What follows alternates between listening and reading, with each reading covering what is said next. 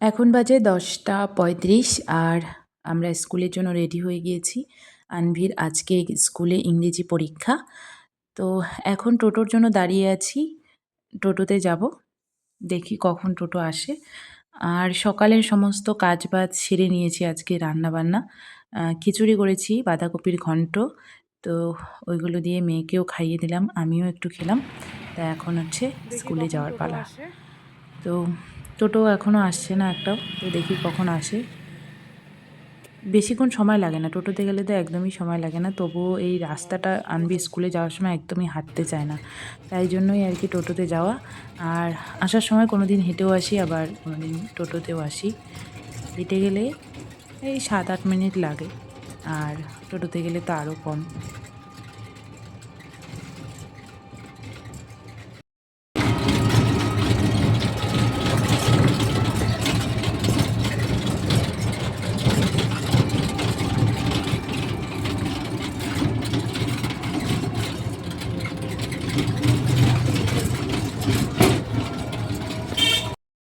আনভিকে স্কুলে দিয়ে বাইরে মায়েরা সবাই বসেছিলাম।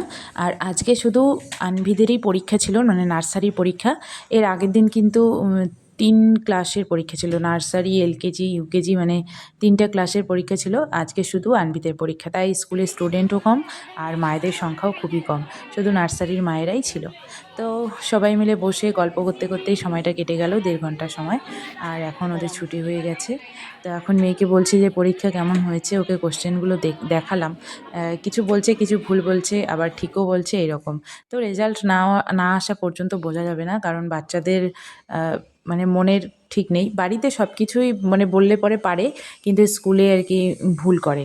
তো দেখা যাক পরীক্ষার রেজাল্ট কেমন হয়। তো অতটাও মেয়েকে চাপ দেওয়ার চেষ্টা করি না, যেহেতু এখন অনেকটাই ছোট, কেবল শুরু ওদের পড়াশোনার। কি নাচ? প্রজাপতি মন আর হচ্ছে ময়না বড়। হ্যাঁ, এখন পরীক্ষা। কেন স্কুলে পরীক্ষার সময় নাচ কেন? না, ম্যাম বললো। এখন বাড়ি যাচ্ছি। আনভি টোটোতে যাওয়ার জন্য বায়না করছিল, কিন্তু রাস্তায় একটাও টোটো পেলাম না। তো আনভিকে বললাম যে শোনা, চলো আজকে হেঁটেই যাই। থেকে চলে এসেছি অনেকক্ষণ আগেই। আর এসে খাওয়া দাওয়া ছাড়লাম, আনভিকে খিচুড়ি দিলাম। সকালে যে খিচুড়িটা রান্না করেছি, তো সেটাই খিচুড়ি, বাঁধাকপির ঘন্ট, আর দোকান থেকে পাঁপড় নিয়ে এসেছি, পাঁপড় ভেজে আনভিকে খাইয়েছি, আমিও খেলাম। তো আর এসে আর ড্রেসটাও খুলিনি, কারণ আবার নাচের ক্লাস আছে।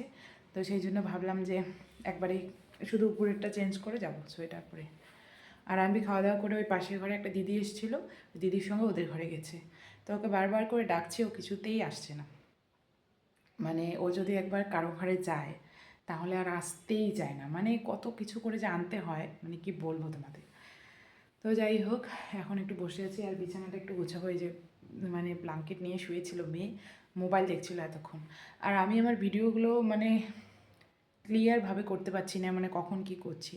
যখন মানে বেশি কাজগুলো করি তখন আনভিকে মোবাইল দিয়ে কাজগুলো করতে হয়, না হলে কোনো কাজই করা যায় না। এত দুষ্টুমি করে বাধ্যতা, তখন মোবাইল দিয়ে আমি আমার কাজগুলো করি। না হলে ঘরের জিনিস মানে ছড়িয়ে ছিটিয়ে একদম শেষ করে দেয়, আর দুষ্টুমি তো আছেই। তো তাই জন্য যখন কাজগুলো করি তখন মেয়েকে মোবাইলটা দিতে হয়। এই জন্য আমি তোমাদের সমস্ত কিছু আমার মানে ভিডিওতে দেখাতে পারি না। তো যতটুকু পারবো ততটুকুই শেয়ার করব। আর এটাই বলার জন্য, কারণ ভিডিওগুলো এরকমই হবে, যেহেতু মেয়ে একটাই মোবাইল আর মেয়ে দেখে, আবার আমি ভিডিও করি, সেই জন্য আর কি। তো এখন আর কি মেয়েকে নিয়ে আসবো, এনে ওকে রেডি করাবো। আর 2টা বাজে, এখনও টাইম হয়নি, 3টের দিকে যাব। তো চলো। গল্প না, কখন সুখ দুঃখের গল্প হয়, বিয়ের গল্প হয়। আদাং না মন না ইয়েগুলো কি হয়ে গেছে।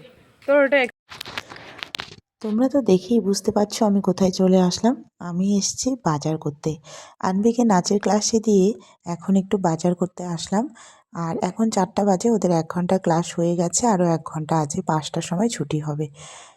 তো ভাবলাম কয়েকদিন ধরে শাকটা খাওয়া হচ্ছে না, তাই নাচের ক্লাস থেকে বাজারটা খুব পাশেই আর কি, 2-3 মিনিটেই চলে আসা যায়।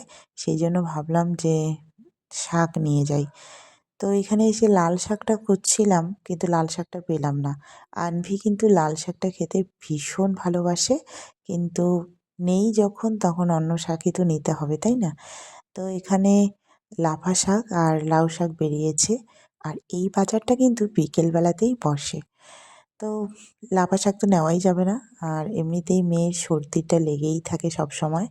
লাফা শাকটা নিলে আরও সর্দিটা বেশি হবে, আর আমার একার জন্য নিয়ে তো কোনো লাভ নেই। তো সেই জন্য লাউ শাকটাই নিলাম। তো লাউ শাকের পাতাগুলো ভীষণই মানে ভালো ছিল, আর লাউ শাকটাও খুব টাটকা ছিল।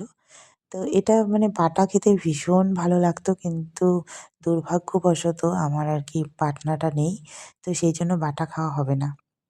তো এইভাবেই চলছে আমার জীবন, বা বলতে পারো আমাদের জীবন। মেয়েকে নিয়ে একার সংসার। হাসবেন্ড যেহেতু বাড়িতে থাকে না, তো সেই সূত্রে সমস্তটাই আমাকেই দেখতে হয়। মেয়ের স্কুল, নাচের ক্লাস, আমার ভালো থাকা, মেয়ের ভালো মন্দ সমস্তটাই কিন্তু আমাকেই সামলাতে হয়।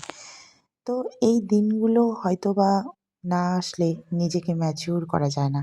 কথায় আছে না যে কষ্ট না পেলে মানুষ ম্যাচিওর হয় না। কথাটা সত্যিই একদম ঠিক। তবে হ্যাঁ, এখন আমার বিয়ের পরে ১ম বাজার করা নয়। এর আগে আমি একটা জব করতাম, বিয়ের আগে অ্যা নার্সের কাজ করতাম। বিয়ের পরেও কিছুদিন করেছি। তো সেখানে যখন আমরা সবাই মিলে একসঙ্গে থাকতাম, মেয়েরা আরকি, অ্যা নিজের বাজারটা কিন্তু নিজেকেই করতে হতো। তো সেদিক থেকে অনেকটাই ম্যাচিওর আগের থেকেই ছিলাম। আর এখন তো বলতে পারো বিয়ের পরে একদমই মা হিসাবে মায়ের দায়িত্ব পালন করা, মানে সমস্ত দিক দিয়ে এখন অনেকটাই ম্যাচিওর। তো মানুষ কষ্ট না পেলে বা পরিস্থিতির চাপে না পড়লে কোনো কিছু শিখতে পারে না। হয়তোবা একা আছি বলেই অনেক কিছু শিখতে পারছি। আরও মানে কি বলবো? যদি অনেক লোকের মাঝখানে থাকতাম বা কেউ আমাদের পাশে দাঁড়াতো, হয়তোবা আমরা নিজে, নিজে এইভাবে চলতে পারতাম না। যত নিজে, নিজে করতে শিখবো, তত কিন্তু অভিজ্ঞতাটাও বাড়বে আমাদের। তো কোনো কাজই খারাপ না।